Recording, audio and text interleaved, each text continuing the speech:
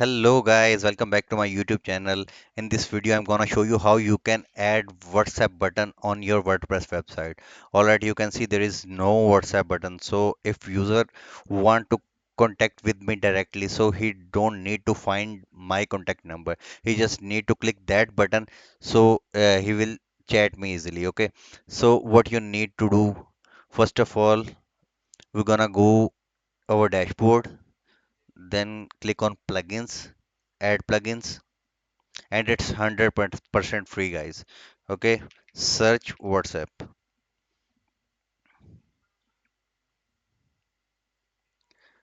There will be bunch of plugins available. Okay, but I prefer social chat click to chat app button. All right. And it's 2 lakh plus active installation, so it's authentic plugin. Okay, and I already told you it is 100% free. You not need to upgrade that plugin.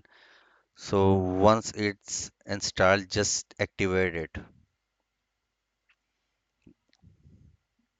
Okay. So after that, you can see on the left bottom corner menu, there is a social chat button. Okay.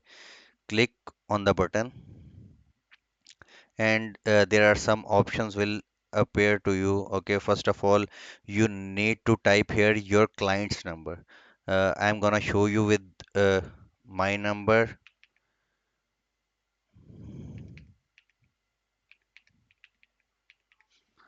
Okay. You can change the message. All right, this is a message.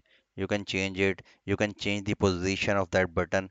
For example, bottom right, I wanna see in bottom left. Okay, and button layout or bubble. Okay, and you can also change the rounded border. You can change the text like, for example, I will say WhatsApp.